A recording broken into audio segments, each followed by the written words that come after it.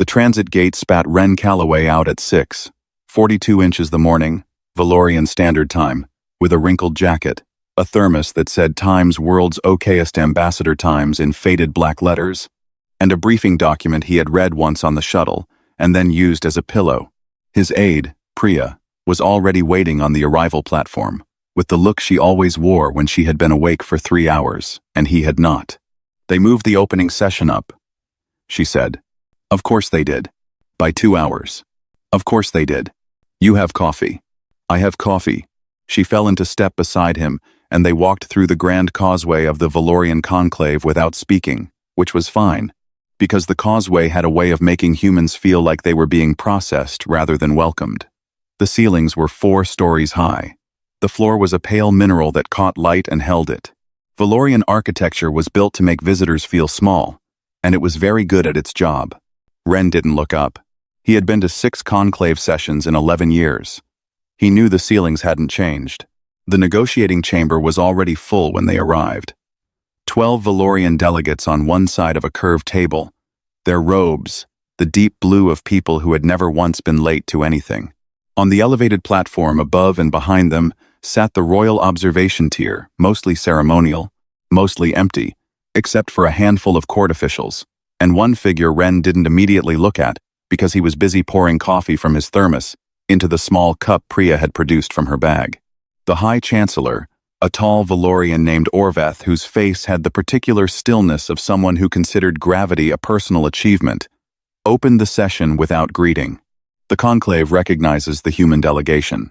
We will proceed directly to the terms of renewal for the Sector 9 Transit Corridor Accord, which, as the delegation is aware, expires in 42 standard days," Ren said. "Yes." Orveth paused. A beat too long. "Yes," he said. Ren set his thermos on the table. Priya opened her documents case. The Valorian delegates watched this with the controlled discomfort of people observing a species that didn't understand the choreography of the room. The session moved the way these sessions always moved, carefully, ornately slowly, with each side presenting position papers that had been written to be rejected, so that the real papers could be introduced in the second hour. Ren had been doing this long enough that he could feel the rhythm of it in his chest, like a familiar dull ache. 40 minutes in, Priya was on the other side of the chamber, coordinating with their technical attaché over a discrepancy in the transit frequency data. Ren needed the third addendum, the one with the actual numbers. He turned his head without looking up from the primary document. "Hey honey, pass me the trade addendum." The words left his mouth, the way words do when you're reading something else automatic, aimed in a general direction, expecting the universe to sort out the rest. The universe did not sort out the rest. The chamber went silent. Not the polite silence of a pause. The silence of a room where something irrevocable had just happened, and everyone present knew it, except one person. Ren looked up. From the observation tier, a voice came down. Calm. Precise. The particular calm of someone who had just done something they could not explain, and were still deciding whether to survive it through stillness. "Yes, darling." The voice belonged to the figure he hadn't looked at yet. He looked now. She was standing. She hadn't meant to stand, he could see that much. She was tall, by Valorian standards, with the pale silver complexion of the Eastern bloodlines and eyes that were currently doing something complicated between composure and catastrophe. Her robes were not the deep blue of the delegates. They were white, with the gold border thread of the royal house. Third in succession, Princess Severath. Ren looked at her. She looked at him. Neither of them said anything for a long moment. Orveth made a sound, not a word. The sound a person makes when their body needs to do something and their brain hasn't caught up yet. "Chancellor," one of the junior delegates said. Very quietly. "I am aware," Orveth said. Ren put down his document. He looked at Priya. Priya was staring at him with an expression that could only be described as, "Times. Please understand what just happened. Times. And times.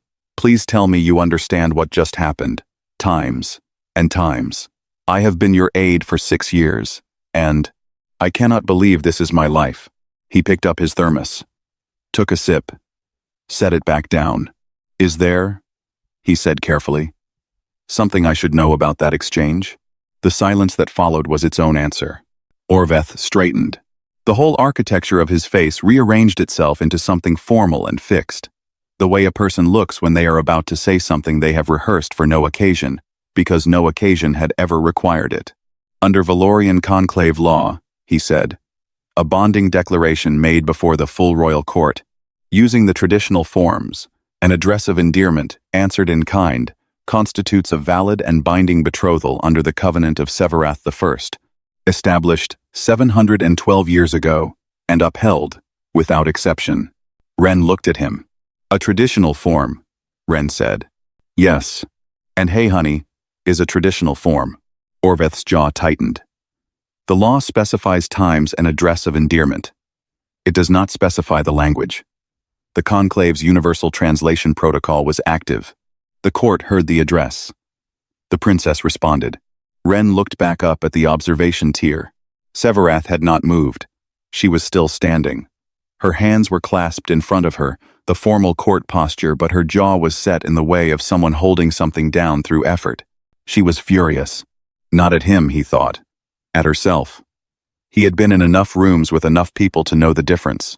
He looked back at the table, at his document, at his thermos, at the 12 Valorian delegates who were watching him with the collective expression of a predator watching prey, realize it has walked into a clearing with no exits. They were waiting for the panic. He could feel it. The room was arranged around it, the high ceilings, the silence, the formal weight of 700 years of law pressing down on a man with a coffee thermos and a wrinkled jacket. He pulled the primary document back toward him. We'll need a short recess, he said. Orveth blinked. The conclave requires 20 minutes, Ren said. I need to contact my office. He looked up then, directly at Orveth. No expression. Not apologetic. Not afraid. Just the particular stillness of a man who had read enough history to know that the worst thing you could do in a room designed to make you feel small was let it work. 20 minutes, he said again. Orveth gave it to him. In the corridor outside, Priya fell into step beside him, with the focused energy of a woman who had already begun the message to Earth Legal before they cleared the door. I'm on it, she said. I know. This is Ren, this is... I know what it is. She looked at him sideways. You don't look worried. He took a sip from his thermos. I'm reading the room, he said. Behind them, through the closed chamber doors, the Valorian court was doing the same thing.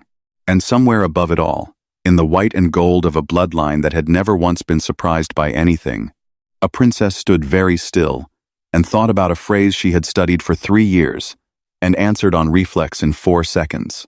She was thinking about what his face had done when he looked at her. He hadn't panicked. She filed that away like a stone she hadn't decided what to do with yet. Earth Legal took 4 hours and 11 minutes. Ren spent those hours in the delegation suite, on the 3rd floor of the conclave's diplomatic residence, sitting on the edge of a chair that had been designed for Valorian body proportions, and was therefore roughly as comfortable as sitting on a small hill. He had his documents spread across the low table. He had his thermos. He had Priya, who was pacing a 7-step circuit between the window and the door, and had been doing so for the better part of 2 hours. 3 times the conclave sent a formal inquiry to the suite. 3 times Ren sent back. Still in consultation. Thank you for your patience. Priya stopped pacing on the 3rd one. They're going to take that as stalling. It is stalling. Ren. The longer they think we're panicking, the less they're preparing for the alternative. She looked at him. He was reading. He had been reading for 4 hours, not the trade documents, but something else. She had pulled up his screen access log later, when she had a moment, and found that in those 4 hours he had downloaded and read, in full, the complete Valorian Covenant archives going back to the original bonding law. All 712 years of it. She hadn't said anything about it. She had just added it to the file she kept in her head under the label, Reasons Ren Calloway Still Has a Job. The message from Earth Legal came in at hour 4, 11 minutes. Short. No preamble. Do not dissolve. Repeat. Do not dissolve. Full brief to follow. Legal, Earth Diplomatic Corps, Special Advisory Division.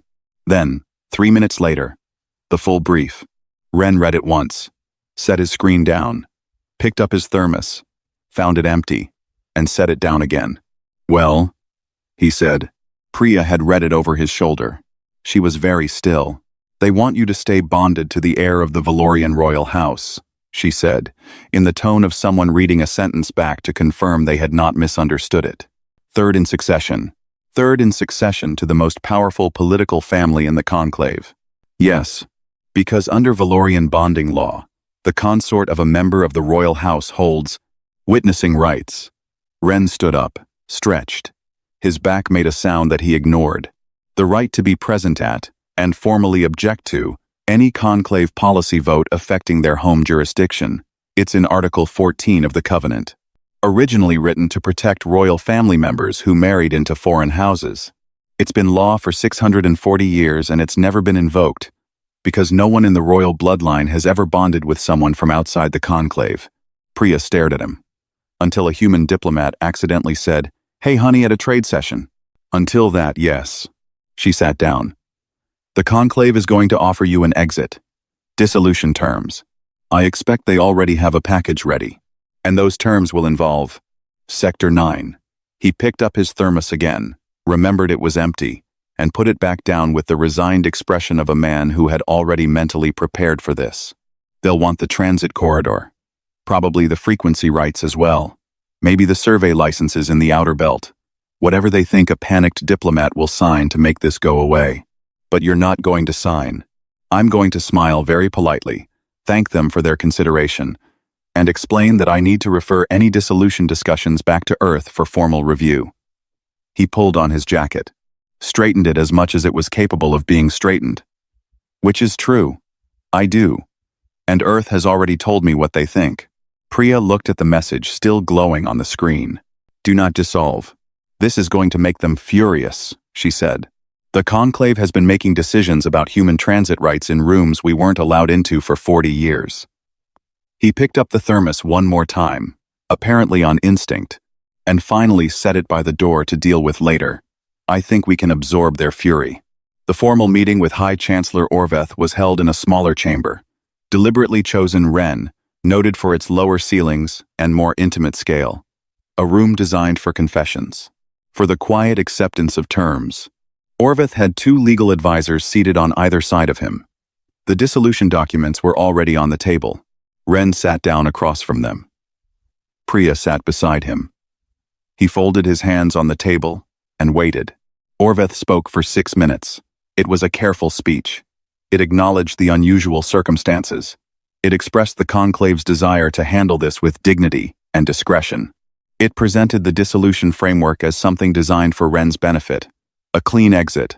No formal rebuke. The court's understanding that human customs differed and that no offense had been intended. The Sector 9 terms were introduced at minute 4. Transit corridor rights. Suspended pending a comprehensive renegotiation. Survey licenses in the outer belt. Transferred to conclave administration for a period of no less than 30 standard years. Frequency access to be reviewed under a new bilateral framework that would take, the legal advisor noted, approximately 8 to 12 years to finalize. Ren let Orveth finish. Then he was quiet for a moment. Not the silence of a man gathering his thoughts. The silence of a man who already knows what he is going to say and is deciding how to say it without being impolite. "Chancellor," he said, "I appreciate the thoroughness of what you've prepared. I do. But I'm not in a position to sign dissolution documents at this time. Any action on this matter has to go back to Earth for formal review under Article 7 of our Diplomatic Authorization Framework." Orveth looked at him. "That review process would take months, yes. I know. I apologize for the inconvenience." A long pause. One of the legal advisors leaned toward Orveth and said something low. Orveth's face did not change, but something behind his eyes did. "You have," Orveth said carefully, "consulted with your government." "I have. And they have advised you to follow proper procedural protocol," Ren said. "Yes." The room was very quiet. Orveth understood. Ren could see the moment of it, the small recalibration behind the Chancellor's eyes. The adjustment from times "this is a problem. We can close quickly" times to times. "This is a problem we may have made larger by assuming." "Then we are at an impasse," Orveth said. "Not an impasse," Ren said pleasantly. Just a process. They're different things. He stood. Priya gathered the documents, their documents, not Orveth's, which stayed on the table unsigned. We'll be in touch, Ren said. He took his thermos from Priya, who had thought to grab it on the way out. He nodded to Orveth, the polite, neutral nod of a man who bears no one any ill will, and left. Orveth sat in the quiet chamber for a long time after. On the other side of the palace, in the wing that housed the royal residential quarters, Princess Severath received the summary of the meeting from her personal attaché and read it standing up. She read it twice. The human diplomat had been offered an exit. He had declined it. Not angrily, not with demands. He had smiled, referenced procedural protocol, and walked out with a coffee thermos. She set down the summary. She thought about the way he had looked at her from across the chamber. The absence of panic in his face. The way he had reached for his documents and kept reading. She had studied humans for 3 years. She had read their history, their legal texts, their negotiation records. She thought she understood them. She thought about that, now, and was no longer certain. She told her attaché to arrange a private meeting. The garden annex of the Conclave Palace was not a garden in any sense Ren would have chosen the word for. There were no flowers. There were tall mineral formations that had been grown rather than carved, pale and branching like frozen coral, arranged around a central pool that reflected the sky in colors the sky was not actually doing. The Valorians called it a garden. Ren assumed the definition of garden, like several other things, translated loosely. He was sitting on a low bench at the edge of the pool, eating a flatbread sandwich from the delegation suite's food stores, reading a data tablet, when Severath arrived. She stopped in the entrance arch. He did not look up immediately. She had come prepared for several versions of this conversation. The version where he was defensive. The version where he attempted to charm her. The version where he performed helplessness and asked her to please help him find a way out. She had answers ready for all of them. He looked up, found her standing there, nodded once, the way a person nods when a colleague arrives for a scheduled meeting, and gestured at the bench across from him. "Princess," he said. She sat. She folded her hands in her lap and looked at the tablet in his. "What are you reading?" "Conclave voting records." He turned the screen toward her briefly. 40 years of them. Everything that touched human transit and resource interests. She looked at the screen. She looked at him. "You're cataloging what was decided without you in the room." "I'm cataloging what was decided without us in the room, yes." She held his eyes for a moment. His voice had not been accusatory. It had been accurate. That was, she was finding, a distinction worth noting. "I asked for this meeting," she said, "to discuss a resolution." "I know. You've refused the dissolution. I've referred it for formal review. It's a different thing. You said that to the Chancellor as well." A pause. "He didn't believe you." "I know that too." The pool made a sound, like a slow breath. Somewhere above the mineral formations, a Valorian skybird crossed from one edge to the other and was gone. Severath had spent 3 years studying humans because her mother had told her, once, that the species you most underestimated was always the one that surprised you in the end. She had taken it as political advice. She had studied their history, their law, their negotiation patterns. She had expected to find a species of organized chaos, passionate, unpredictable, emotionally volatile. She had not found that in this man. She had found someone reading 40 years of her government's decisions in a garden, eating a sandwich. "What do you actually want?" she asked. He looked at her. "From the betrothal? From any of this?" He set the tablet down on the bench beside him. He thought about the question, not performing consideration, actually thinking, which was different, and she could tell the difference. "The transit corridor," he said. "What we came here for. A fair renewal. Not the terms the conclave was going to offer before all of this, which were about 20% below what the actual traffic data supports." He picked up his sandwich and then, seeming to remember she was there, put it down again. "That's what Earth wants. That's what I'm here to get. And the witnessing rights, those are a consequence, not a goal. The conclave sees them as a goal. I know." He was quiet for a moment. "They think we engineered this." She said nothing. Did you know that? He asked. That's what they're saying in the council rooms? That Earth planned this? That I said those words deliberately? Yes, she said. And what do you think? The question landed in the air between them. Straightforward. No performance behind it. He was asking because he wanted to know. And he was watching her face with the patience of someone who was willing to wait for a real answer. She thought about the moment in the chamber. His voice, aimed across the room at someone else, casual as a door swinging open. The phrase had landed in her like a key turning. She had studied that phrase. She had read it in human cultural documentation. A familiar address, low formality, intimate register. She had noted it, filed it, and then heard it in a live chamber and answered it on reflex before her brain had caught up with her mouth. She had spent 20 years in courtly protocol. She had attended 1,000 sessions of formal procedure. She had never once responded without intention. Until that. No, she said. You didn't plan it. Does the conclave believe that? Some of them. A pause. Not enough of them. He nodded. He picked up his sandwich. She had the brief, strange impression that she had just passed some kind of assessment, though she couldn't have said what was being assessed. What do you times want? He asked. The word you carried a different weight than it had when she had asked him. He wasn't asking about politics. She was not accustomed to that question. In 20 years of court life, people asked what she required, what she preferred, what she would permit, not what she wanted. The word implied she was allowed to have something that was only for herself. I want to understand, she said slowly, how you remain this calm. He looked at her as if she'd said something unexpected. Then, quietly, he almost smiled. Not the diplomatic smile, something smaller and more private than that. I've been doing this for 11 years, he said. The rooms change. The ceilings get higher or lower. The people across the table have different faces and different agendas. But the thing that's always the same is that everyone in the room is waiting for me to be afraid of something. He picked up his tablet again, but he didn't look at it. At some point you just stop giving them that. She sat with that for a moment.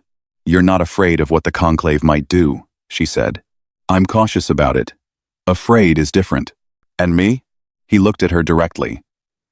You I'm paying attention to. She wasn't sure what to do with that. It wasn't a compliment, not in the way courtmen delivered compliments, which always felt like something being placed on a scale. It was an observation. An honest one. She looked at his tablet. The 40 years of voting records. The circles she knew. From her attaché's report. He had been marking for hours. My mother voted against the frequency access renewal in year 31, she said. He looked down at the tablet. Found the record. Said nothing.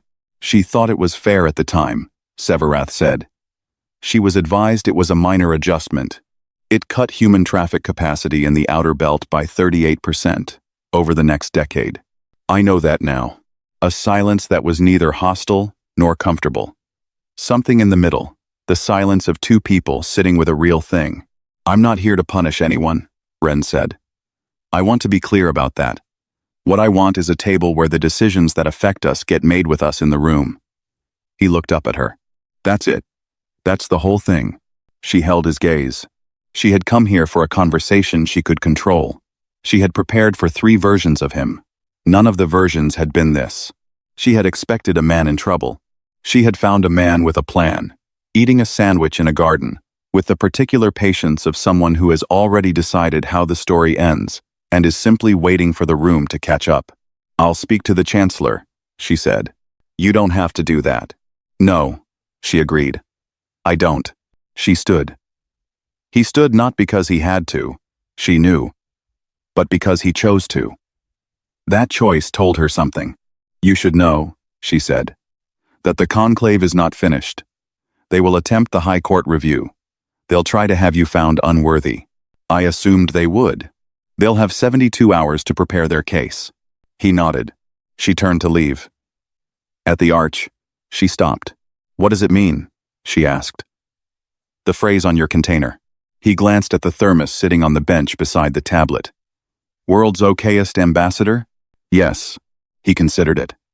"It means I'm probably not the best person for the job," he said, "but I'm the one who showed up." She looked at him for a moment. Then she walked away through the mineral formations, without another word, and did not look back, and thought about that sentence for the rest of the afternoon. The notice arrived formally. High Court review of bonding legitimacy session, to convene in 72 hours. Attendance of the bonded parties mandatory under covenant. Article 11. Ren read it, folded it, set it beside his thermos, looked at Priya. 72 hours? He said. Yes. Get me the research engine. She had already opened the connection before he finished the sentence. The Earth Diplomatic Corps' research engine had been built for exactly these situations, not the accidental betrothal situations specifically, which were a category the engineers had presumably not anticipated, but for situations where a diplomat needed a large volume of legal, historical, and cultural material, compressed into a short window, and delivered in a format a tired person could actually absorb. It had a name, but everyone in the Corps just called it the engine. Ren worked through the night. He did not sleep. He drank an amount of coffee that Priya quietly decided not to calculate. He came out the other side of 72 hours, with dark rings under his eyes, a jacket that had given up entirely on the concept of being wrinkled, and had graduated to something more like texture, and a thorough understanding of every question the High Court could legally ask, and every answer that the Covenant itself provided. The High Court chamber was the largest room in the Conclave Palace. It needed to be. It held a full sitting of the court. 47 judges in tiered seats, robed in black with silver trim, arranged in a half-circle above the floor of the chamber. At the far end, elevated above the judges, was the royal box. Severath was there, as required by Covenant law. She sat straight in the high-backed chair, with her hands folded and her face composed, and her eyes already on Ren when he walked in. He was the only human in the room. He was also, he noted, the only person in the room not wearing formal robes. He had the jacket. He had the thermos, which Priya had tried to take from him at the door, and which he had kept with a look that did not invite argument. He set the thermos on the small table provided for the reviewed party, sat down, folded his hands. Orvith stood at the court's formal address position. He looked, Ren thought, like a man who had been looking forward to this. The review opened with the formal reading of the bonding record. Then came the question of standing. The court will now assess the worthiness of the bonded party, the presiding judge announced. Under Covenant law, the bonded consort of a member of the royal house must demonstrate standing in 3 areas: lineage, ritual knowledge, and capacity for chosen obligation. Any failure in one area constitutes grounds for dissolution. Ren had expected this. He had read this section of the Covenant 4 times. Lineage, the judge said. State your line of origin. Ren stood. He had prepared this the way the engine had helped him prepare it, not as a defensive recitation, but as a formal presentation of record. He spoke for 12 minutes. He named the human exploration lineage from the first ocean crossings, to the first atmospheric departure, to the first gate transit. He did not rush it. He did not perform it. He said it the way a person says something they have actually thought about, with the weight of something that matters. The chamber was quiet throughout. He named the human dead. The ones who went first. The ones who went without knowing what was ahead. He named the settlements that failed, and the ones that held. He gave the Covenant what it had asked for, a line of origin, and what he gave it was 10,000 years. The presiding judge had not expected 12 minutes. That was visible. Lineage is, the judge said carefully. Noted. 2 of the junior judges were writing. Ritual knowledge, the judge continued. Demonstrate familiarity with the sacred framework of bonding obligation as defined in the Covenant. Ren had read the sacred texts. Not at a glancing level. The engine had found him the academic commentaries, the interpretive traditions, the points of doctrinal debate. He understood the bones of it, the Valorian concept of bonding as a witnessed act of mutual obligation, the idea that to speak an endearment before the court was to invite the court to hold you to its weight. He spoke about obligation, about the difference between contracts and commitments. He did not use Valorian vocabulary for this. He used human vocabulary, and then showed carefully where it landed, in the same territory. He talked about the humans who had made promises with no enforcement mechanism other than their own word. Explored how human legal history was, in large part, the story of learning what promises cost. He said that this was not so different from what the Covenant called ritual knowledge, that both traditions were asking the same question, which was, "Do you understand what you are taking on?" He said that he did. The chamber was very still. The presiding judge looked at the Covenant text in front of him. He looked at Ren. He looked at the text again, with the expression of someone hoping the text had changed. It had not. Chosen obligation, the judge said. The last category. The court asks, what does the bonded party choose to carry, and why? This was the question designed to break him. Ren had known it coming in. It was the most subjective category, the one that gave the court the most room to find him lacking. A Valorian answer to this question would be rooted in dynasty, bloodline, centuries of inherited duty. He stood up from the table. "I'm not going to give you a Valorian answer to that," he said. "I don't have one. My line doesn't work that way. What I can tell you is why I'm still in this room." He did not look at the judges. He looked up at the royal box.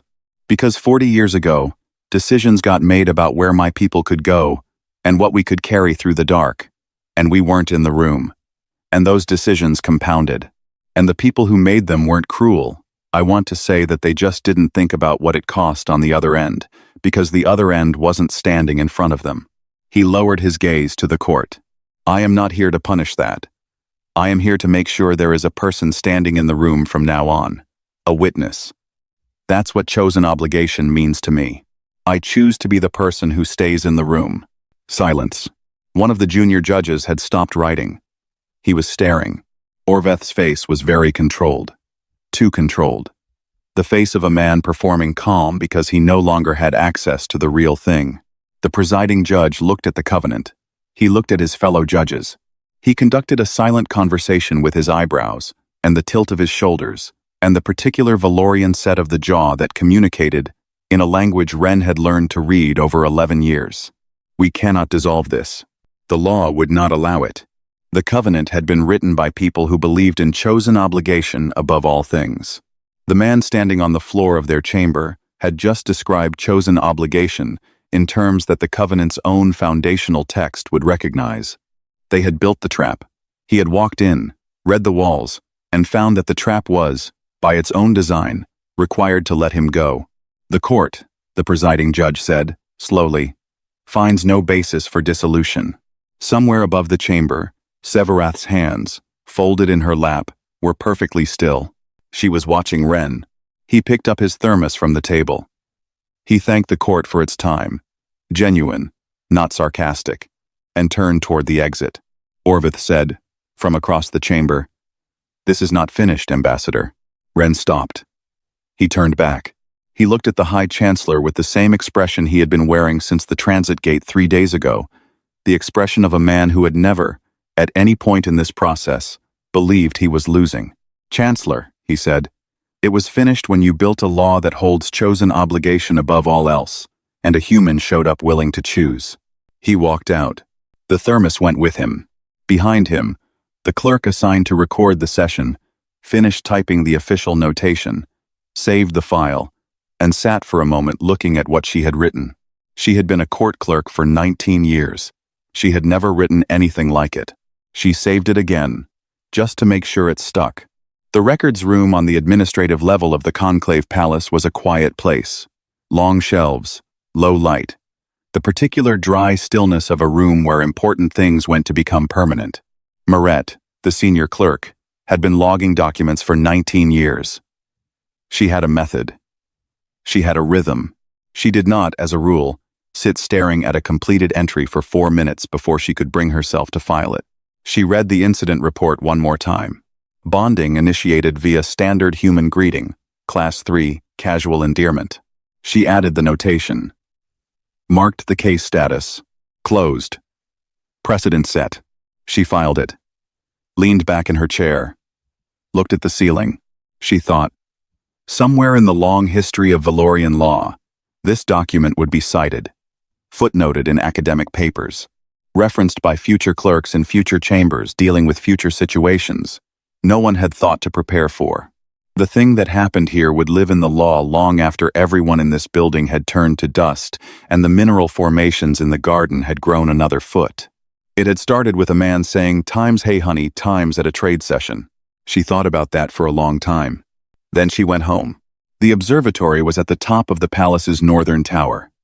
It had a glass ceiling that opened on clear nights, and a floor of polished dark stone that reflected the stars back at themselves. Severath had spent more hours in this room than any other part of the palace, because it was the one room where the court did not follow. No one could enter without an invitation. She had not invited anyone in years. She was standing at the glass, looking at the sky, when she heard the knock at the lower door. Not the formal rap of an attendant. A knuckle on wood. Twice. Casual. The kind of knock that wasn't asking permission so much as announcing presence. She knew who it was before she said, "Come in." Ren climbed the stairs unhurriedly. He came out onto the observatory floor and looked up at the glass ceiling and the stars beyond it with the expression of a man encountering something beautiful and not feeling the need to say anything about it. He had lost the jacket somewhere. He was in his plain under-diplomacy shirt, which was gray, and had a small coffee stain on the left sleeve that he had clearly noticed and decided not to worry about. He was not carrying the thermos. He looked around the room.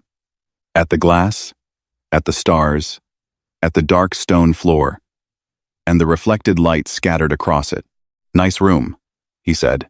"It's the only room in the palace that belongs to me," she said. He nodded, as if that was important information he was adding to a small collection of important information about her. She turned back to the glass. "You should know that the covenant filing has been completed. The precedent is set. Your witnessing rights are logged in conclave law." "I know," Priya messaged me. "The trade renewal terms are also being revised. The chancellor is not happy. But the legal department has confirmed that the correct traffic data should have been the basis all along. You'll get close to what you came for. Close. 87% of what your data supports. The remaining 13 is a political concession I was unable to prevent." She glanced at him. "I'm telling you this in advance, so you can decide how to respond." "I'll take 87, he said. "It's better than what we had." She looked at him. He was still watching the stars. "You're not angry," she said. "No. You won something significant today. Most people, after a win like that, want the remaining 13. He was quiet for a moment. "I said I wanted a seat at the table. I didn't say I wanted everything on it." He looked at her.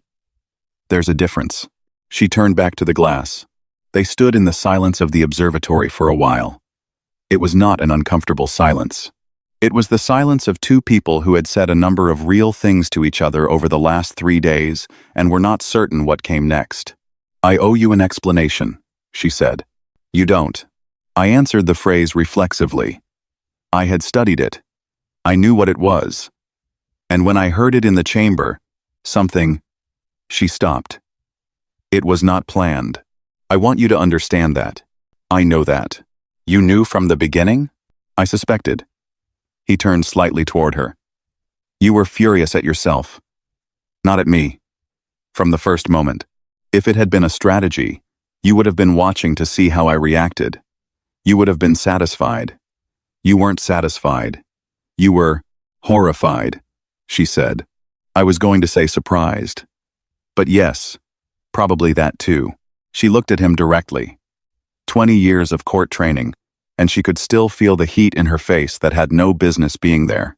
"It is considered," she said carefully, "deeply embarrassing for a member of the royal house to lose composure before the full court. You didn't lose composure. You answered a question. It was not meant as a question. No. A pause. But you answered it." The glass overhead was clear tonight. The Valorian sky had 3 moons, and tonight, all 3 were out, sitting in a loose triangle above the observatory, throwing a pale and complicated light down through the ceiling. "I want to start over," Ren said. She looked at him. "Start over. Not the bonding. I'm not proposing we undo anything legally or otherwise. I mean the conversation. The one we've been having since Tuesday morning. I'd like to have it again, from the beginning without the conclave watching." She held his gaze. What would that look like? Something like this, he said, talking, not performing. No one else in the room. She was quiet for a long time.